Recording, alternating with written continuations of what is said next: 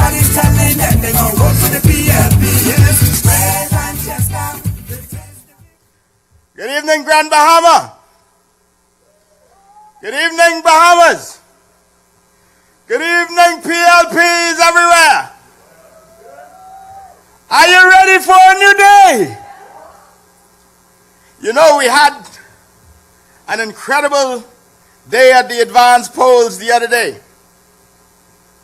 We have great momentum, and the wind is in our sails.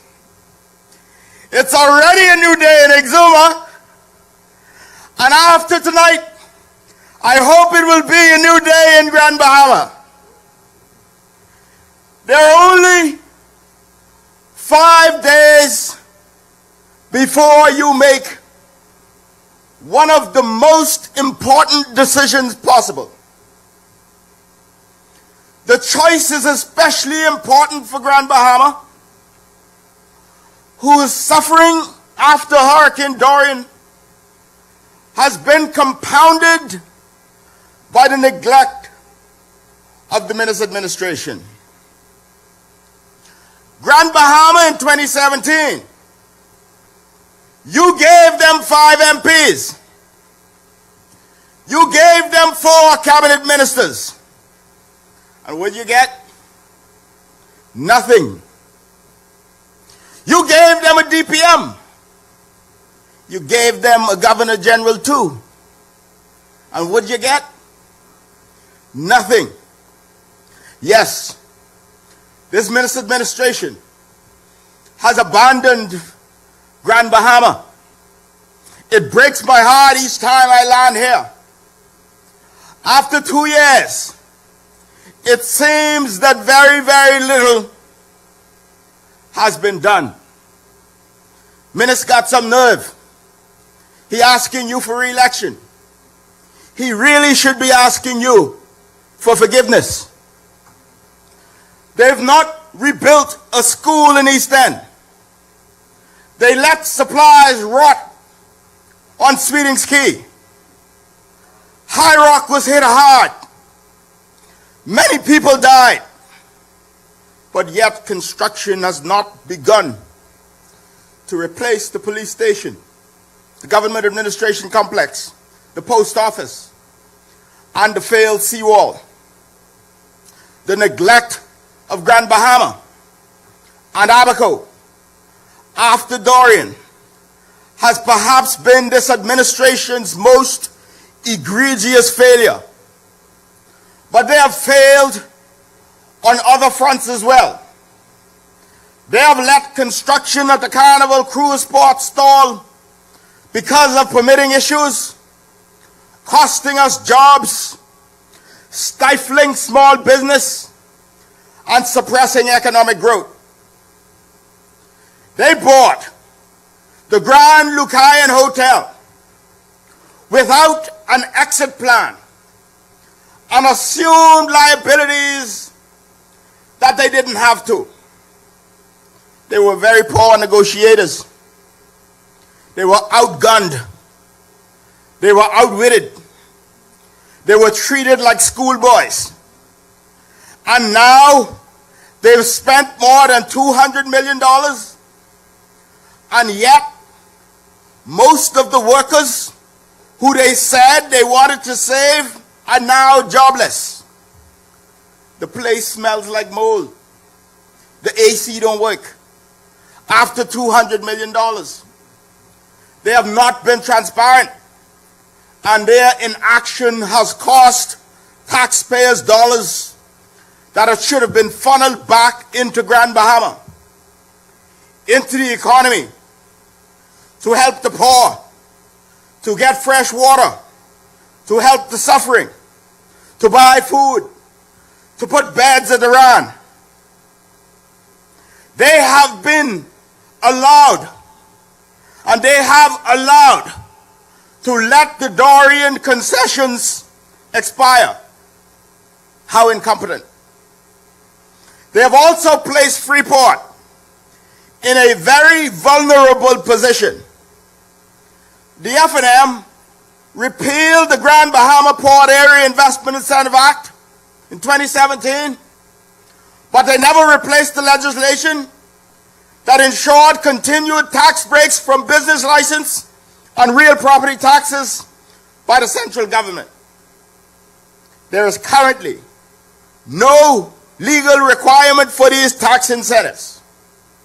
So if you re-elect the F&M, and I hope you don't, another Minnis administration will be able to assess business license fees and property taxes and port licenses on all port licenses, and this means that licensees will find themselves paying business license fees, service charges, and real property taxes to the port and to the central government.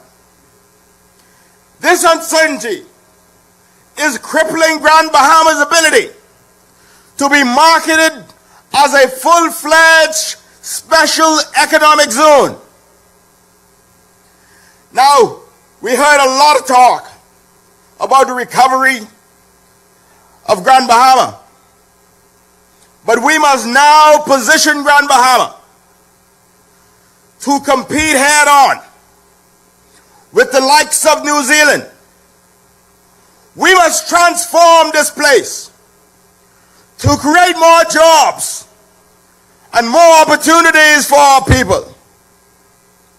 But they did it, and they let this linger for 4 whole years. And now they ask you for re-election. They should be asking you for forgiveness. The PLP addressed these issues before, and we will do it again. We are going to reinstate and enforce the Grand Bahama Incentive Act to make the Grand Bahama Port Authority more accountable. We plan to partner with all of the stakeholders to promote Grand Bahama and find the right development partners. Because unlike Minnis and his administration, we have a plan for Grand Bahama. Just as we have a plan for Exuma, just as we have a plan for the rest of the Family Islands, we've got a plan for Grand Bahama. The Prime Minister is still trying to sell this corruption narrative, whilst he ignores serious allegations in his own party. He is doing this because he's got no plan for you, and he does not know what to do. We're going to make job creation our top priority. We're going to reopen closed hotels by engaging each owner on a case-by-case basis and negotiating heads of agreements with reputable, credible entities that protect the best interests of all Bahamians. That's what a PLP government will do. The PLP is going to provide incentives for Bahamians to develop small and medium-sized boutique resorts and attractions across the island of Grand Bahama, including cultural events and cultural centers that will bring visitors to Grand Bahama. We're going to foster greater Bahamian ownership by encouraging more vacation rentals like Airbnbs, and to make sure that revenues are generated from them for the pockets of you here in Grand Bahama. We want to create a master plan for developing the areas around the cruise port, and we want to promote local entertainment with incentives and support for restaurants and nightclubs and music festivals and craft markets. That's what a PLP government will do. We want Grand Bahama to be the hub for shipping and maritime affairs, for distribution of authentic Caribbean products. We will work with the fine chemicals industry to overcome whatever hurdles they face to bring that industry back to its glory days. We want to make Grand Bahama the resilient center for the Caribbean by building logistics and transshipment capabilities for distributing equipment and supplies after natural disasters. And the PLP will be able to use this transshipment facility here in Grand Bahama for Bahamians to enter the global markets as a food supplier, providing the training and capital and subsidization and long-term storage necessary to develop the island's 30,000 acres that we will develop into prime agricultural land right here in Grand Bahama. And the PLP will use this transshipment facility to help Grand Bahama to enter global markets as a food supplier, providing the training, capital, subsidization, and long-term storage necessary to develop the island's 30,000 acres of prime agricultural land. We're going to create a small business zone in Freeport bonded area where young Bahamian entrepreneurs can rent a space at affordable prices.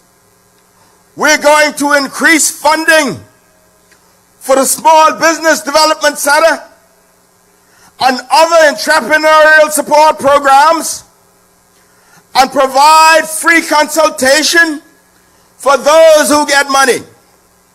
And by the way, I hear them talking now about the $250 million for small businesses too. They laughed at me 2 years ago when I announced this in the House of Assembly. Now what do you know? They got no original ideas. We want to make small business into medium businesses, and medium businesses into big businesses, and big businesses into regional and international operators. That's what a PLP government will do. A PLP government will provide training and venture capital for those starting light manufacturing businesses that build value-added industries for the island of Grand Bahama. The PLP has a vision for Grand Bahama. The PLP has a plan for Grand Bahama. And the PLP has a brave and compassionate leader and a strong and diverse team right here in Grand Bahama to bring these plans to life. And that is what we will do, to restore Grand Bahama back to its glory days. And that's why I'm here tonight, Grand Bahama, to stand with this team. James Turner, a businessman in East Grand Bahama.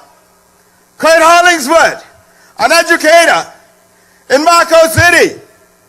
Ginger Moxie, an entrepreneur in Pine Ridge. Kirk Russell, a trade unionist in Central Grand Bahama. Obadiah Hercules Wilchcomb, a seasoned legislator in West Grand Bahama. But all Hubert Minnis and his F&M got are dreams and lies and this boogeyman of corruption that they're trying to sell to you. None of that will put money in your pockets. None of that will put food on your table. None of that will rebuild your homes, schools, and government services. None of that will put beds in Iran. So let's move on from this F&M. Let's move on from their excuses. Let's move on from menace. Let's move on from his awful dancing. And let's move into a new day. A new day with the PLP. It's a new day in Exuma. It's a new day in Grand Bahama. It's a new day in Andros. It's a new day in Bimini. Thank you. God bless you. PLP. PLP. PLP. Chestor, taste the victory. Everybody's telling them they gonna vote for the PLP. And it's never a moment I turn down to introduce our brave and compassionate leader, the Member of Parliament who loves his Cat Island, Rumpke, and San Salvador constituency. He is our leader. He is a former Deputy Prime Minister, and he is the next Prime Minister of the Commonwealth of the Bahamas, who will usher in a new day for all of us. It gives me great pleasure now to go to our studios, to the Honorable Philip Edward Brave Davis.